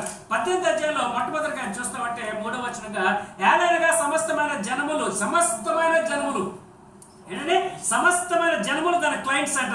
దాని తర్వాత దాంట్లో అంటాడు భూరాజులు, దాని తర్వాత భూలోకమందున వర్తకులు, వీళ్ళందరూ కూడా దీని క్లయింట్స్ ఏంటండి. దాని తర్వాత చివరికి వెళ్తే 18-11లోను లోకములో ఉన్న వర్తకులు, all the merchants in the whole earth. దాని తర్వాత 19వ వచనం చూస్తే పట్టణంలోని ధనవంతులైన ఈ సరుకులు అందరూ కూడా, అంటే ట్రేడ్ చేసిన ప్రతి వ్యాపారులందరూ బాగా పేరు ప్రఖ్యాతులు గాంచిన అందరూ కూడా ఈ బాబిలోన్ సిస్టమ్ యొక్క క్లయింట్స్ గా ఉండబోతున్నట్టుగా. వీళ్ళే క్లయింట్సే ఎంత గొప్పోళ్ళు అయితే యాక్చువల్గా ఓనర్ ఇంకెంత గొప్పవాడు ఉంటారో చూడండి. అంటే the system is filthy rich. So she lures this people and seduces the people with economic stability. Okay, we are coming to the fifth word. Okay, she hates Jesus and the gospel and the church. అది కూడా with passion అంట. చూడండి 6వ వచనం. మరియు ఆ స్త్రీ పరిశుద్ధుల రక్తము చేతను యేసు యొక్క హతసాక్షుల రక్తము చేతను ఎలా ఉందంటే షీ ఇస్ డ్రంక్. ఎవరితోటి? స్త్రీ పరిశుద్ధుల రక్తము చేతను యేసు యొక్క, అక్కడ ఎంత క్లియర్, యేసు యొక్క హతసాక్షుల రక్తము చేతను. ఇది she is seducing people to die. వాళ్ళని చంపి రక్తము కార్చడానికి సెడ్యూస్ చేస్తారు దేవుని ప్రేమ సంగమా. This Babylon is a great prostitute which will tolerate no rival. దానికి ఎదురుగా ఎవరు ఉండడానికి ఇష్టపడరు. దానికి ఎదురుగా ఎవరు ఉన్నారంటే యేసు ప్రభు సాక్షులే ఒకటే ఉన్నారు ఇప్పుడు. కాబట్టి ఏం చేస్తుందంటే యేసు యొక్క సాక్షులందరినీ కూడా హతసాక్షులు చేసేస్తుంది. ఎలాగా? వాళ్ళని చంపి వారి రక్తము తాగి వాళ్ళని persecute చేస్తుంది దేవుని ప్రేమ సంగమా. And then all the Christians are going to pass into this system. ఎలాగా మనం చూస్తామంటే నీకు జీవితంలో ఏది కావాలన్నా ఈ సిస్టంలోకి వెళ్తేనే మనకు వస్తుంది, లేదంటే మనకు రాదండి. As a Christian we completely know this system. ఏంటంటే ఈ సిస్టంలోకి వెళ్తేనే మనకి వెల్త్ వస్తుంది. ఈ సిస్టమ్ అనగా కరప్షన్లోకి వెళ్తేనే, ఈ రిలీజియస్ ఇంటాలరెన్స్లోకి వెళ్తేనే మనము ఏం సంపాదించుకోగలం. కానీ రిలీజియన్లో ఉన్నదనగా దేవునితో ఉన్నదా దేవుడు ప్రొటెక్ట్ చేసుకుంటూ వెళ్తాడు. కానీ ఈ ఎక్స్ట్రావెగెంట్ లైఫ్ స్టైల్ నీకు ఇది ల్యూరింగ్ అండ్ సెడ్యూస్ చేయడానికి ప్రయత్నం చేస్తుంది. With this we have completed the first part of 17th chapter. The second part అంటే it is destruction of the beast. ఇదంతా కూడా ఇంట్రడక్షన్ ఆఫ్ బీస్ట్ ఎలాంటివాడు ఏంటి అన్నది ఇంతవరకు కూడా మనం చూసాం. అప్పుడు we are going to see directly the destruction of beast. ఒక 20 minutes ఉంది. 20 minutes. We'll try to go ahead. ఆ దూత నాతో ఇట్లా నేను wait. గ్రేట్ ప్రాస్టిట్యూట్ చూసాం లాస్ట్ ప్యాసేజ్లో. ఎంత అట్రాక్టివ్గా ఉందో చూసాం. తన బట్టలు, తన కప్, ఇవన్నీ కూడా మనం చూడడానికి ప్రయత్నం చేస్తున్నాం దేవుని ప్రేమ సంగమా. ఈ అధ్యాయంలో చివరికి వెళ్ళిపోతూ ఉంటే ఓకే, ఈ ప్రాస్టిట్యూట్ దేన్ని రిప్రజెంట్ చేస్తున్నది చూడండి ఒకసారి. 17వ అధ్యాయం 18 ఒకసారి చూసిన తర్వాత వెళ్దాం. మరియు నువ్వు చూచిన ఆ స్త్రీ భూరాజుల నేలు ఆ మహాపట్టణమే. This is only the Babylon. ఏ మహాపట్టణము మనకు తెలుసు. Okay, now we know that we learn that prostitutes attraction especially is economic prosperity. First point ఏంటంటే దీని యొక్క అట్రాక్షన్ దేనికి? ఎకనామిక్ ప్రాస్పెరిటీ ఇవ్వడానికి. And second it says that it is her attraction is world wide. మొత్తం భూప్రపంచంలో ఉన్న భూరాజులు, వర్తకులు, ధనవంతులు, భూనివాసులు అందరూ కూడా అట్రాక్ట్ అయిపోతారు దీనికి. Okay, the attraction is world wide. And then we know that the prostitute has a partner. ఎవడాడు? The beast, the red beast. Okay, వీళ్ళిద్దరు కలిపి ఇప్పుడు they are going to fight against God. Okay, now we say the beast and the woman they have a common agenda. వీళ్ళిద్దరికి ఒక common agenda ఏంటి? One thing, they hate God. వీళ్ళిద్దరికి common agenda, they hate God. వాళ్ళ common goal ఏంటి? To attack god's people and the church. Church already attack చేశారు, అయిపోయింది church. Now to attack God by attacking the gospel. Okay, they have a common joy. Okay, మొత్తం common agenda ఏంటి? Hating God. They have a common goal ఏంటి? ఆయన ప్రజల్ని నాశనం చేయాలి. మూడవ జాయ్, వాళ్ళ జాయ్ ఏంటంటే వీళ్ళ యొక్క రక్తాన్ని భుజించాలని చెప్పి వీళ్ళ జాయ్ అంట. దేవుని ప్రేమ సంగమా, the great prostitute it is attractive appearance but revolting in reality. దాని అపియరెన్స్ డిసీవింగ్. మనకి చూస్తే చాలా అందమైన స్త్రీగా కనబడుతుంది. Her prostitute is attractive appearance but revolting in reality. అది ఎదురు తిరిగే స్వభావము. బాబిలోన్ అంటే ఎదురు తిరిగే స్వభావము. Now we will see how this great prostitute's destruction is going to happen. మనం ఒకసారి ఒకటో వచ్చిన మనం ఒకసారి చూద్దాం. ఆ 7 పాత్రలను పట్టుకుని ఉన్న 7 దేవదూతలు ఒకడు వచ్చి నాతో మాట్లాడుచు ఇలా చెప్పి, నీ ఇక్కడికి రమ్ము, విస్తార జలముల మీద కూర్చున్న మహావేశ్యకు చేయబడి తీర్పు నీకు కనపరిచింది. ఫస్ట్ వచనంలో చెప్పాడు దీని తీర్పు నీకు చూపించిపోతున్నాను చెప్పి కొంచెం సైడ్ ట్రాక్ దాని ఆకర్షణ ఏంటో చూపించడానికి కొంచెం సైడ్ ట్రాక్ తీసినాడు. యోహాన్ని తీసుకొచ్చి కొంచెం సైడ్ ట్రాక్ చేసి ఎంతవరకు కూడా 6వ అధ్యాయం చివరి వచనం వరకు కూడా దాని యొక్క అందమైన ఎటువంటి, దాని అట్రాక్షన్ ఎటువంటిది, ఎలా యూజ్ చేస్తుంది, ఎలా సజెస్ట్ చేస్తుంది, ఇవన్నీ కూడా చూపించడానికి ఏంజెల్ ప్రయత్నం చేశాడు. నౌ మనం చూస్తున్న 6వ అధ్యాయంలో చివరి పాట మనం చూద్దాం. When I saw her, I was greatly astonished. నేను దాన్ని చూసి బహుగా ఆశ్చర్యపడగా. ఎవరిని చూడగా? యోహాను అంటే నేను ఆ స్త్రీని చూడగా బహు ఆశ్చర్యపడుతున్నానంట. ఆశ్చర్యం అనగానే దేవుని ప్రేమైన సంగమా, normally it is a positive word. It is normally positive word. ఏంటంటే ఇది నార్మల్గా అమేజ్మెంట్ అంటే ఆశ్చర్యం కలిగే విషయం కానీ, లేదంటే ఒక ప్రశంసనీయమైన ఇట్ సేస్ అడ్మిరేషన్ కానీ ఉంటే ఈ సేస్ దట్ ఆశ్చర్యపడ్డం అంటారు. It is normally positive sense. కానీ ఇక్కడ యోహాను చూడడానికి there is no positive sense here. There is no positive sense. అంటే ఈ 17వ అధ్యాయంలో says he is greatly astonished అంటే ఆయన అంటాడంట ఈ భక్తుడు he has ఆయన చూడగానే ఆ స్త్రీ చూడగానే he has lot of confusion, lot of fear అంట. అంటే భయంకరమైన గందరగోళమును ఆందోళన చెందుతారంట. ఫియర్ అంటే ఇట్స్ నాట్ భయం కాదు, ఆందోళన చెందుతారంట ఈ స్త్రీని చూడగానే. అందుకు ఆశ్చర్యపడతాడంట. ఈ ఫియర్, ఈ కన్ఫ్యూజన్ గురించి చూస్తూ ఉంటే కన్ఫ్యూజన్ ఎందుకంట ఈయన అనుకున్నాడట ఈ స్త్రీ ఎటువంటి జడ్జ్మెంట్ లో సఫర్ అవబోతుందో చూడడానికి ప్రయత్నం చేస్తూ ఉంటే, కానీ యోహానికి ఏం చూపిస్తున్నాడు? వాడి యొక్క స్త్రీ యొక్క బ్యూటీని ఈ ప్రపంచానంతా కూడా ఏ రీతిగా సెడ్యూస్ చేసి తీసుకెళ్ళిపోతుందో చూస్తుంటే కన్ఫ్యూజ్ అవుతున్నాడట, ఆందోళన చెందుతున్నాడట. రెండోది ఎందుకు భయపడతాడు, ఎందుకు ఆందోళన చెందుతున్నాడంటే ఈయనేమనుకున్నాడంటే ఈ స్త్రీ యొక్క డిఫీట్ ని చూపిస్తాడేమో అని చెప్పి ఈయన ఎదురు చూస్తుంటే తిరిగి ఏం చూపిస్తున్నాడు? వీళ్ళ యొక్క రక్తముతో మత్తులైపోయి ఉన్న చూడగానే కొంచెము ఆందోళన చెందుతాడంట. ఈ స్త్రీని చూడగానే he says have astonished అంటారు దేవుని ప్రేమ సంగమా. It is not a positive sense but it is a negative sense. 7వ వచనం. ఆ దూత నాతో ఇట్లా, ఇప్పుడు ఆ ఏంజెల్ ఏమంటదంటే ఈ మిస్టరీ ఏంటో నీకు చెప్తాను నడువు అంటది. సింపుల్ ఇది. దూత నాతో ఇట్లా నేను నీవేళ ఆశ్చర్యపడితివి, ఈ స్త్రీని గూర్చిన మర్మమును 7 తలలు 10 కొమ్ములను గలదాన్ని మోయించిన క్రూరముఖం గూర్చిన మర్మము నీకు తెలుపుతాను రా, నువ్వే ఆశ్చర్యపడవసరం లేదు, నీకు చెప్తాను రా అంటే. ఓకే, ఇప్పుడే క్లియర్ గా the women is partner with the beast, వాళ్ళ యొక్క ప్లాన్ ఇప్పుడు రివీల్ చేయబోతున్నాడు. నెక్స్ట్ 7 వర్సెస్ లో కూడా మనకి డిస్ట్రక్షన్ ఎలాగా, ఈ బీస్ట్ డిస్ట్రక్షన్ ఎలాగ ఉంటుందో మనం చూడబోతున్నాం దేవుని ప్రేమ. మొట్టమొదటిగా ఏంటంటే the chapter starts with the punishment of the great prostitute. First లోనే ఓకే అంటే సైడ్ ట్రిప్ తీసుకెళ్లి దాని అందానంతా కూడా వివరించడానికి ప్రయత్నం చేసిన ఏంజెల్. నౌ డైరెక్ట్ గా ఇక్కడ తీసుకెళ్ళిపోతున్నాం 8వ వచనం. Let's start the description of the beast. నీవు చూచిన మృగము ఉండెను గాని, చాలా జాగ్రత్త చదవండి. ద బీస్ట్, నీవు చూచిన ఆ మృగము ఉండెను గాని ఇప్పుడు లేదు. అయితే అది అగాధ జలముల నుండి పైకొచ్చుటకు వచ్చుటకును నాశనమునకు పోటకు సిద్ధముగా ఉన్నది. భూనివాసులలో జగదుత్పత్తి మొదలుకొని జీవగ్రంథములో ఎవరి పేరు వ్రాయబడలేదో వారు ఆ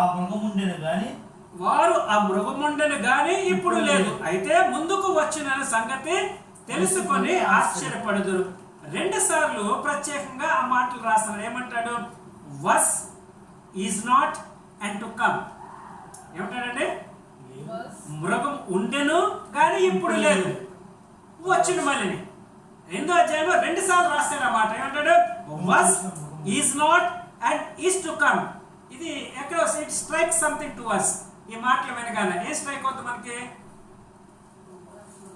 భూత వర్తమాన భవిష్యత్ కాలంలో ఉన్న సర్వాధికారి దేవుడు అని ఏమంటాం? Who is, who was and who is to come అని మనం వింటాం. కానీ వీడి గురించి రాబడి, దేవుడి గురించి రాబడిన మాట ఏంటి? Who is, who was and who is to come. But వీడి గురించి రాబడింది he was, he is not and he is going to come. చూడండి ఎలాగంటే ఇక్కడ కూడా హీ వాంట్స్ టు ఫేక్, అంటే దేవునికి ఉన్న ఆ ప్రతి అట్రిబ్యూట్ ని కూడా వీడు కాపీ చేయడానికి ప్రయత్నం చేస్తున్నాడు. The beast tries to be like god, but we know that is nothing but a cheap imitation. దేవుని ప్రేమ సంగమా మనం చూస్తాం 12వ అధ్యాయం 13వ అధ్యాయంలో అన్హోలీ ట్రినిటీగా మనకి వాడు పరిచయం చేసుకుని ఏ రీతిగా మనుషుల్ని వాడు మోసం చేస్తున్నాడు మనం చూసాం. అట్ ద సేమ్ టైం మనం చూసింది కూడా ఏంటంటే ఒక ఫేక్ రిజరెక్షన్ కూడా మనము చూడడానికి ప్రయత్నం చేసాం 13వ అధ్యాయంలో. Okay, it may be a fake resurrection or it must be what or illusion what that fellow created, but he says that he was, now he is not and he will come. Okay, 3 tenses చూపిస్తున్నారు. the beast once was, ఒకప్పుడు అది ఉండేదంట beast. ఎక్కడ కాలంలో మనకి పాత కాలంలో ఒకప్పుడు ఉండేది. And it says the beast it is not there, ఒక టైంలో it is not there. And then ఎందుకు? క్రీస్తులో దేవుడు ఎప్పుడైతే జయం పొందుకున్నాడో సిలువలో it had no chance and then it is going to come once again. ఎందుకు రాబోతుందంట తిరిగి? 17వ అధ్యాయం 8వ వచనంలో అంటాడు అయితే అది అగాధ జలములో it is going to come once again. ఎందుకంటే పైకి వచ్చేటప్పుడు నాశనమునకు పోవడానికి పైకి వస్తున్నా. why it is coming back ఏంటంటే యేసు ప్రభు ఎందుకు వస్తున్నారు తిరిగి? 1000 ఏళ్ల పరిపాలన ఎటర్నిటీలో ఆయన పరిపాలన చేయడానికి తిరిగి రాబోతుంటే యేసు ప్రభు ఈ తిరిగి రాబోతున్న కారణం ఏంటంటే he is going to be నిత్యమైన నాశనంలోకి వెళ్ళిపోవడానికి ఈ అంత్యక్రీస్తు తిరిగి ఈ సిస్టమ్ అంతా కూడా బయటికి రావడానికి ప్రయత్నం చేస్తుంది. దేవుని ప్రియమైన సంఘం 17వ అధ్యాయంలో భూనివాసులలో జగదుత్పత్తి మొదలుకొని జీవ గ్రంథమందు ఎవరి పేరు వ్రాయబడలేదో వారి మృగమండను గాని అన్బిలీవర్స్ ఏం చేస్తారంటే ఈ సంగతి తెలుసుకుని ప్రజలందరూ కూడా ఆశ్చర్యపడ్డారంట. ఎంత విచిత్రం చూడండి. అంటే ఆడు ఒక్కప్పుడు ఉన్నాడు, తర్వాత లేడు, మరొకసారి రాబోతున్న సంగతి విని ఈ జనాలందరూ కూడా ఆశ్చర్యపడ్డారంట. ఆశ్చర్యపడగానే వాళ్ళు వెంటనే సాగిల పడడం కూడా మనం చూస్తూ ఉంటాం. Unbelievers admire the beast, unbelievers admire the beast, but again they are deceived. దీని సిస్టమే డిసీవింగ్ సిస్టమ్. కాబట్టి వీడు వీడు ఎంత గొప్పవాడు, ఎందుకంటే ఒకప్పుడు ఉండేవాడు, తర్వాత లేడు, మరి తిరిగి ఇప్పుడు రిజరెక్షన్ లో మరి తిరిగి పైకి కనబడి ఉంటాడు. వీడు కనబడ్డాడు కాబట్టి చూసి ఆశ్చర్యపడితే వాడు లేగడానికి పైకి పోవడానికి అని చెప్పి వీళ్ళకి తెలియదు కదా. They get deceived once again. దేవుని ప్రేమ సంగమా. దాని తర్వాత 9వ అధ్యాయం వచ్చినప్పుడు అంటాడు, ఇందులో జ్ఞానము గల మనస్సు, దేర్ ఇస్ నాలెడ్జ్ అంటాడు. ఇదే మాట ఎక్కడంటాడు మనం 6:6 అంటే దీంట్లో జ్ఞానం ఉంది అంటాడు. దీంట్లో కూడా ఏమంటాడంటే తిరిగి జ్ఞానం అనేది విజ్డమ్ అంటాడు. దేవుని ప్రేమ. Let us see what it is. 10-11 వచనాలు. మరియు 7 రాజులు కలరు. మరియు 7 రాజులు కలరు. 5 కూలిపోయి ఒకడున్నాడు. కడమవాడు ఇంకనూ రాలేదు. వచ్చినప్పుడు అతడు కొంచెం కాలం ఉండెను. ఉండినదియు ఇప్పుడు లేనిదియు. మళ్ళీ అనేవాడు ఉండినదియు ఇప్పుడు లేనిది అయినా ఈ క్రూర మృగము 7 పాటు ఒకడునై ఉండి తానే 8వ రాజుకు నాశనముకు పోవును. 7 heads are identified as 7 hills and 7 kings. మనం చూసాం. ఇది ఎప్పుడు ఇది వినగానే వెంటనే we try to identify the city of Rome.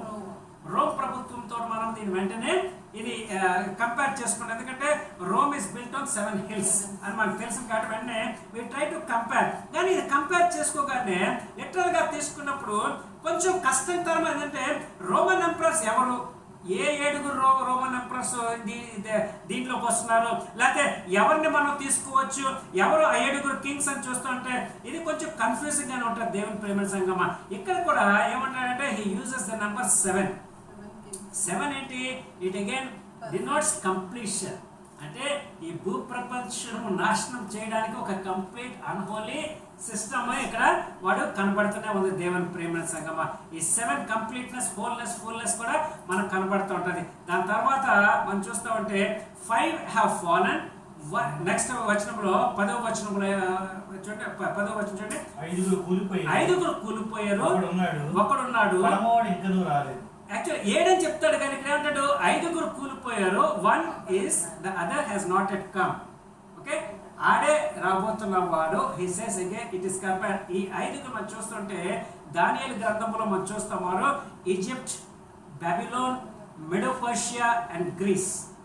ఎవరు? Egypt, Babylon. బీస్ చూపిస్తాడు ఎవరైనా రిప్రజెంట్ చేస్తుంది. Egypt, Babylon, Medo Persia. Actual 2 kingdoms, 2 Persian kingdoms. కానీ ఇద్దరికి 2 కింగ్స్ సెపరేట్ గా ఉన్నాయి. మెడో కింగ్ వేరే, సైరస్ రాజులు వేరే. Egypt, Babylon, Medo Persian, Greece. And one which is going to rule at the time of tribulation will be again the Roman civilization, Roman kingdom. The one to come is the kingdom. ఎవరిది ఏది రాబోతుంది? It is going to be the kingdom of antichrist. ఎవరిది రాబోతుంది? Anti Christ Kingdom ఒకటి రాబోతుంది. 12-13 వచనాలు. నీవు చూచిన ఆ 10 కొమ్ములు 10 మంది రాజులు వారు ఇది వరకు రాజ్యమును పొందలేదు. ఇక్కడ ముందు రాజ్యము చేసిన వారు చూపించాడు. ఎవరు? దేవునికి విరోధముగా నడిచిన కింగ్డమ్స్ మనం చూసాం. 5 రాజులు ఉన్నారు, 5 కూలిపోయారు, ఒకడు ఉన్నారు, ఒకడు తర్వాత ఒకడు రాబోతున్నారు అనగానే 5 దానియేలు చూపించారు ఎవరో మనకి. అండ్ దెన్ లాస్ట్ గా రోమన్ గవర్నమెంట్ మనకి కనబడబోతుంది, రోమన్ కింగ్డమ్ కనబడబోతుంది. అండ్ దెన్ ఫైనల్ గా యాంటీ క్రైస్ట్, 7వ కింగ్డమ్. 7వ వాడు ఆడే, 8వ వాడు కూడా ఆడే, మొత్తం ఆడే నాశనముకి తీసుకెళ్ళిపోతున్నాడు. నౌ హి సేస్ నువ్వు చూచిన 10 కొమ్ములు 10 మంది రాజులు వారు ఇది వరకు రాజ్యమును పొందలేదు. కానీ ఒక గడియ క్రూర మృగములతో కూడి రాజుల వలె అధికారం పొందుతురు. వీరు ఏకాభిప్రాయం గలవారే తమ బలమును అధికారమును ఆ మృగమునకు అప్పగింతురు. వీళ్ళేం చేయాలి? ఒక 10 మంది కింగ్డమ్స్ రాబోతున్నాయి. వీళ్ళెంతవరకు రాజ్యం చేయలేరు. Maybe these will be the countries which are going to confeder with the Antichrist kingdom. వీళ్ళు యాంటీక్రైస్ట్ ని సపోర్ట్ చేయండి. వీళ్ళ బలమంతా కూడా ఈ యాంటీక్రైస్ట్, ఈ బీస్ట్ కి ఇవ్వడానికి వీళ్ళు సిద్ధపడుతున్నారు దేవుని మీద. ఎప్పుడైతే ఈ 10 అనగానే వెంటనే యూరోపియన్ కాన్ఫెడరేషన్ పై వెళ్ళిపోతాం మనం. యూరోపియన్ ఎకనామిక్ కాన్ఫెడరేషన్ లో actually it started with 10 countries. కానీ it is not the thing. ఈ రోజు చూస్తుంటే ఆల్మోస్ట్ 28 కంట్రీస్ దాంట్లో పార్ట్ అయిపోయాయి. So it is not European confederation which John is talking to us about. It may be a literal number or it may be ఒక సూచన చూపిస్తారు కొంతమంది రాజులు. అంటే యాక్చువల్ ఆ రోజు ఏం జరుగుతుందంటే భూప్రపంచంలో ఉన్న రాజులు అందరూ కూడా ఈ యాంటీ క్రైస్ట్ పవర్ తోటి ఏకమైపోతారు. అనగా ఎందుకు దీనికి ఒక కంపారిజన్ ఇస్తారంటే, యోహానుకు ఉన్న కాలంలో కొన్ని వేల సంఘాలు ఉండి ఉండొచ్చు, కానీ he pics out only 7 churches, 7 churches ఉన్నాడు. ఇప్పుడు చాలా మంది కన్ఫ్యూజ్ అంటే 7 సంఘాల గురించి ఎందుకు మాట్లాడుతున్నాడు, 7 churches ఉన్నాయంటే no, it's only representation of all the churches, 7 churches. ఆ రీతిగా ఇక్కడ ఏమంటాడంటే ఆ బీస్ట్ యొక్క 10 కొమ్ములతో పోలుస్తూ ఈ 10 రాజ్యాలు ఉన్నాయని, maybe it maybe denoting a big armed forces. వీళ్ళందరూ కూడా కన్జాయిన్ అయ్యి they going to support the antichrist. దేవుని ప్రియమైన సంఘం, వీళ్ళు ఇంతవరకు కూడా ఎప్పుడు కూడా రాజ్యము చేయలేదు, కానీ వీళ్ళ రాజ్యము ఒక గడియ మాత్రమే. అంటే ఇంగ్లీష్లో it says it is going to be for 1 hour. 1 hour అంటే దేవుని ప్రియమైన సంఘమా, it is the least figure what is in the Bible. Okay, చాలా కొద్ది కాలమే వీళ్ళు చేయబోతున్నారు. ఏం చేయబోతున్నారు అంటే they are going to fight against the. తర్వాత క్వశ్చన్ చూడండి, వీరు గొర్రె పిల్లతో యుద్ధం చేస్తారు, కానీ ఏం చేస్తున్నారంటే వీళ్ళు ఈ 10 రాజ్యములు యాంటీ క్రైస్ట్ తో, వీళ్ళ సపోర్ట్ అంతా కూడా యాంటీ క్రైస్ట్ తో కలిసి ఏం చేయబోతున్నారు, వీళ్ళు గొర్రె పిల్లతో యుద్ధము చేయడానికి సిద్ధమవుతున్నారంటే. చదవండి, చాలా బాగుంటుంది అక్కడ. గొర్రె పిల్ల ప్రభువులకు ప్రభువును, గొర్రె పిల్ల ప్రభువులకు ప్రభువును, రాజులకు రాజు. గొర్రె పిల్ల ఎందుకంటే ఆల్రెడీ కిందకు వచ్చారైనా, యుద్ధము చేయడానికి వచ్చిన గొర్రె పిల్ల ఎవరు? He is not a lamb, no. ఈయన రాజులకు రాజు, ప్రభువులకు ప్రభువుగా దిగి రానున్న యేసు ప్రభునా.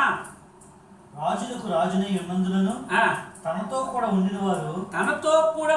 వారు పిలువబడిన వారే, ఏర్పరచబడిన వారే, నమ్మకమైన వారే ఉన్నందున ఆయన ఆ రాజులను జయించి they are going to have a battle with the lamb. ఈయన ఒక్కడే, ఈయన మొత్తం మనం చూసాం కదా ఐజయా 63లో ఉన్నట్టుగా, ఈయన ఒక్కడే కత్తి పట్టుకుని ఈ 10 మంది రాజులు అవ్వచ్చు, 100 మంది రాజులు అవ్వచ్చు, అంత్యక్రీస్తుకి ఎవడు సపోర్ట్ ఇచ్చినా సరే వీళ్ళందరినీ కూడా ఆయన నరుక్కుంటా వెళ్ళిపోతాడు. దేవుని ప్రియమైన సంగమా, no one can stop that day. యేసు ప్రభు ఒక్కడే యుద్ధం చేయబోతున్నాడు. ఆయన వెనకాల ఆయనంతా ఎవరుంటారు చూడండి, ఆయన వెనకాల పిలువబడిన వారు, ఏర్పరచబడిన వారు, నమ్మకమైన వారు, వీళ్ళందరూ. ఎందుకంటే సెకండ్ కమింగ్ లో రాప్చర్ అయిపోయిన వాళ్ళందరూ కూడా కిందకి దిగు, మనందరూ కూడా జస్ట్ ఫాలోయింగ్ హిమ్. యేసు ప్రభు ఒక్కడే యుద్ధం చేయడానికి ముందుకు వెళ్తాడు. ఆయన కత్తి పట్టుకుంటే ఎవరు ఆయనకి అడ్డు చెప్పడం. ఎంతమంది వచ్చినా అందరినీ కూడా మనకు డైరెక్ట్ గా ఎవరితోటి బ్యాట్లు, అర్మగద్దాని బ్యాట్లు మనం చూస్తాం. 20 కోట్ల మంది సైన్యమే ఉన్నారు. వీళ్ళతోటి ఆయన 20 కోట్ల 200 కోట్ల 20 కోట్ల సైన్యముతోటి ఆయన ఒక్కడే యుద్ధం చేయబోతున్నాడు. దేవుని ప్రియమైన, and we all are going to follow him. దేవుని ప్రియమైన సంగమా, అండ్ హూ ఓవర్కమ్స్. తర్వాత వచ్చిన చూడండి, ఆయన ఆ రాజులను జయించు. Final victory belongs to our lord. Now the beast is totally destroyed. Beast ని చంపేశారు ఆయన. ఓకే, బీస్ట్ ని చంపేసి డిస్ట్రక్షన్ లోకి వెళ్ళిపోయారు. ఈ రాజుని మనము 19వ అధ్యాయంలో ఆయన డిస్క్రిప్షన్, ఇప్పటి వరకు బీస్ట్ పారంథసిస్ చూసాం మనం. 19వ అధ్యాయంలో ఈ రాజులకు రాజు, ప్రభువుకు ప్రభువుగా దిగబోతున్న యేసు ప్రభు ఎటువంటి వాడో ఆయన మనం చూడడానికి ప్రయత్నం చేద్దాం. నెక్స్ట్ చాప్టర్ లో 15వ వచనం. మరియు ఆ దూత నాతో ఇలాగ చెప్పాను, ఓకే, ఆ వేశ్య కూర్చున్న చోట నీవు చూచిన జలములు ప్రజలను, జనసమూహములను, జనములను, ఆయా భాషలను మాట్లాడే వారిని సూచన. మనం చూసినట్టుగా ఆడు మొత్తం అందరి మీద ఆడి యొక్క పవర్ కనబడతా ఉంటది. ఇప్పుడు 16వ వచనం. నీవు ఆ 10 కొమ్ములు గల మృగమును చూచితివే, వారు ఆ వేశ్యను ద్వేషించి. చూడండి, వాట్ ఈస్ హ్యాపెనింగ్ నౌ. నీవు ఆ 10 కొమ్ములు గల ఆ మృగమును చూచితివే, వారు ఆ వేశ్యను, ఇప్పుడు వరకు వేశ్యను వాడుకున్నప్పుడు వరకు బీస్ట్ అనగా సిస్టమ్ అంతటిని, రిలీజియస్ ఇంటాలరెన్స్ సిస్టమ్ అంతటిని కూడా వాడుకున్నాడు. వ్యభిచార సిస్టమ్ అంతటిని కూడా వాడుకున్నాడు. బాబిలోన్ సిస్టమ్ అంతటిని కూడా ఈ బీస్ట్ వాడుకుని ఇప్పుడు ఏం చేస్తాడంటే ఆ వాడు ఆ వేశ్యను ద్వేషించి దాని దిక్కులేని దానిగాను దిగంబరిగాను చేసి దాని మాంసం భక్షించి అగ్ని చేత దానిని See what is the distraction? దేవుడు డిస్ట్రాయ్ చేయట్లేదు బాబిలోన్ సిస్టమ్ ని. ద బీస్ట్ అనగా రెండు శత్రువులు వాళ్ళకి వాళ్ళ మధ్య కొట్టుకొని చచ్చిపోయినట్టుగా మనకు కనబడతారు. అనగా ఇక మాట్లాడే there is no honour among thieves. ఇద్దరు దొంగల మధ్య ఒక అగ్రిమెంట్ ఎప్పుడు జరగదు. వీళ్ళు ఆడినప్పుడు కొడతాం, ఆడినప్పుడు కొడతామని చెప్పి వీళ్ళు ఆలోచన చేస్తూ ఉంటారు. కానీ అనగా సిన్ ఎంతగా ప్రబలుతుందంటే ఫ్రెండ్షిప్ లేదు, ఏమీ లేదు. ఎందుకంటే దేవుని ప్రియమైన సంగమా, ఎక్కడ చూసినా మోసము మోసము మోసమే. ఇంతవరకు మనం ఏమనుకున్నా వీళ్ళిద్దరూ పార్ట్నర్షిప్తో వచ్చారు. వీళ్ళిద్దరూ మొత్తం ప్రపంచం అంతా కూడా కరప్ట్ చేసి చివరి ఏంటంటే his train to get victory. కానీ వీడేం చేస్తాడంటే అంత్యక్రీస్తు అన్నవాడు ఎంత ఘోరమైన వాడు చూడండి. ఆయన వాడుకున్న సిస్టమ్ అనేవాడు నాశనం చేస్తాడు. That is the destruction of Babylon. Religious system అంతటిని కూడా నాశనం చేస్తాడు దేవుడు. So what happens to the woman? ఏమవుతుంది? The great prostitute, she is attacked, destroyed by the beast with the 10 horns. The kings and kingdom of the world turn on their. ఇప్పుడు partner ఎవరు అయిపోయారు? ఈ 10 మంది రాజులు వీడికి పార్ట్నర్షిప్ అయిపోయారు. ఈ సిస్టమ్ అవసరం లేదు ఇంకెందుకంటే ఆల్రెడీ జయించారు కదా, అంతా కూడా ఆ చేతిలోకి వచ్చింది. ఇంకా ఈ సిస్టమ్ ఏం చేసుకుంటాడు? సో బాబిలోన్ని నాశనం చేస్తారు. దేవుని ప్రియమైన సంగమా, దీని గురించి యేసు ప్రభు ఏం మాట్లాడారు చూడండి. లూకా రాసిన సువార్త 11వ అధ్యాయము 17 నుంచి 18 వచనాలు. లూకా రాసిన సువార్త 11వ అధ్యాయము 17 నుంచి 18 వచనాలు. ఆయన వారి ఆలోచనలు ఎరిగి వారితో ఇట్లా నేను తనకు తానే వ్యతిరేకంగా వేరుపడిన ప్రతి రాజ్యము పాడైపోయారు. అనగా ఇప్పుడు ఆయన ఉద్దేశం ఏంటి? తనకు తానే వేరైపోయాడు. ఈడు ఎలాగా పోయాడు, సో ఈడు కూడా పోతాడు. దానికి తానే విరోధమైన ఇల్లు కూలిపోతుంది. సాతాను తనకు వ్యతిరేకంగా తానే వేర్పడి వారి రాజ్యం ఎలాగో నిలుచును.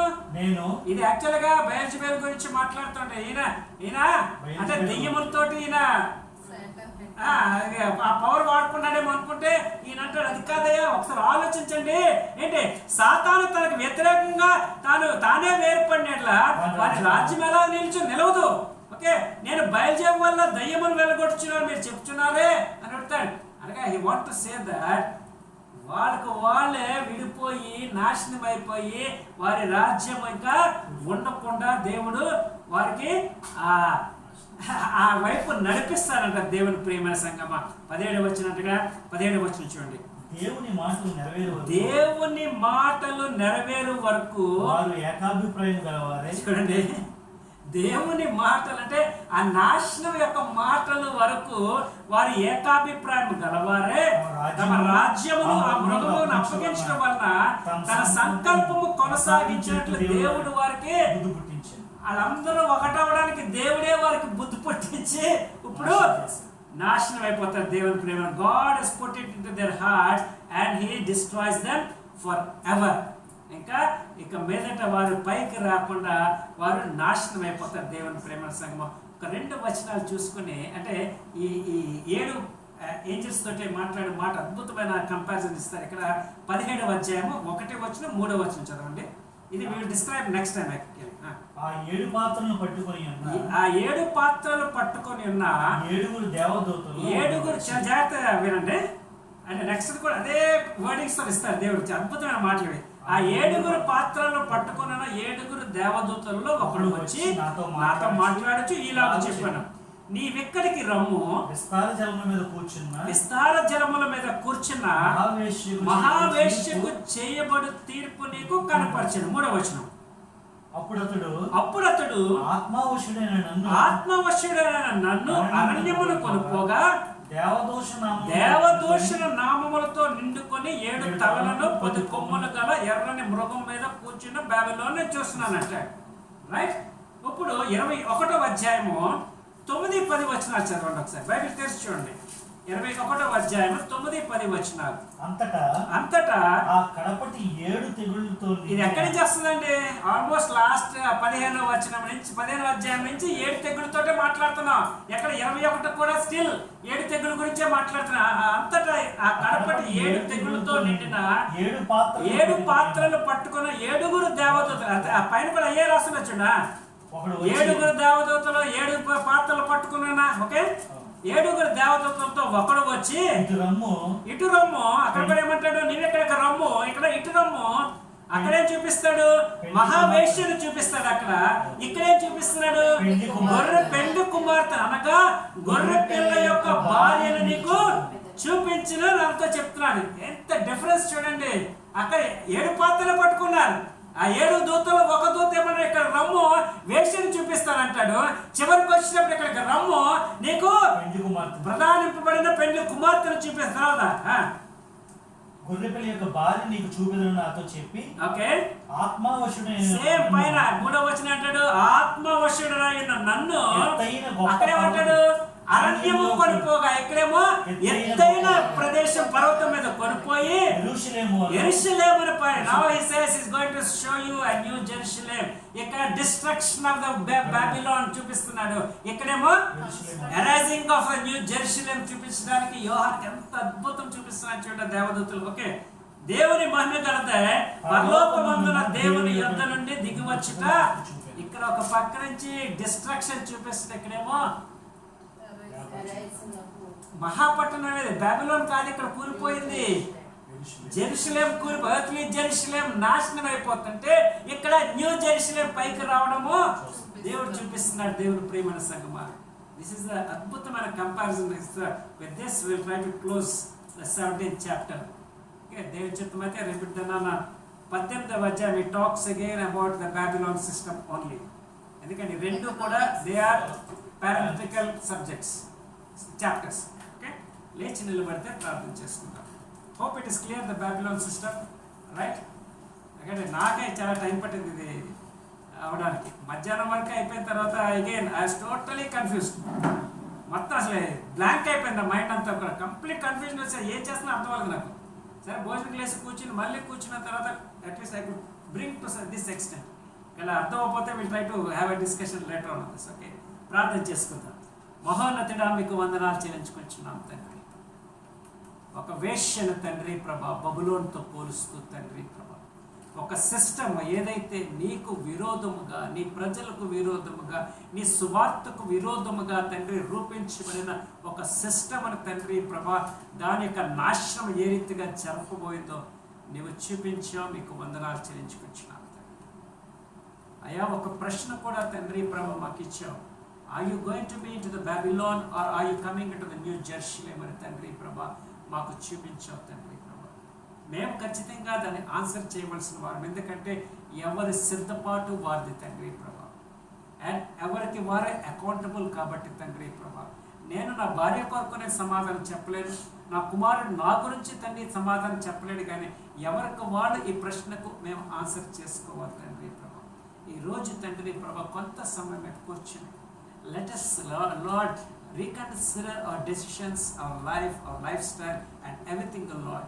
ఒకవేళ తండ్రి ప్రభా ఎక్కడన్నా నీకు విరోధముగా మేము జీవిస్తున్నామేమో, ఎక్కడన్నా నీకు విరోధముగా తలుస్తున్నామేమో, ఎక్కడన్నా నీకు విరోధముగా నడుస్తున్నామేమో, ఎక్కడన్నా నీ గురించి విరోధముగా మాట్లాడుతున్నామేమో మేము పరిశీలన చేసుకుని తండ్రి ప్రభా, అయా రీచెక్ చేసుకుని తండ్రి ప్రభా, ఇంకనూ కృప ఉన్నది కాబట్టి తండ్రి ప్రభా కృపాకాలములోనే తండ్రి మా పాపములు మేము ఒప్పుకొని క్షమాపణ పొందుకునే సహాయం మాకు దయచేయమని బ్రతికి. ఎందుకంటే ప్రభా నువ్వు కరుణగల దేవుడు, వాత్సల్యత గల దేవుడు తండ్రి ప్రభా.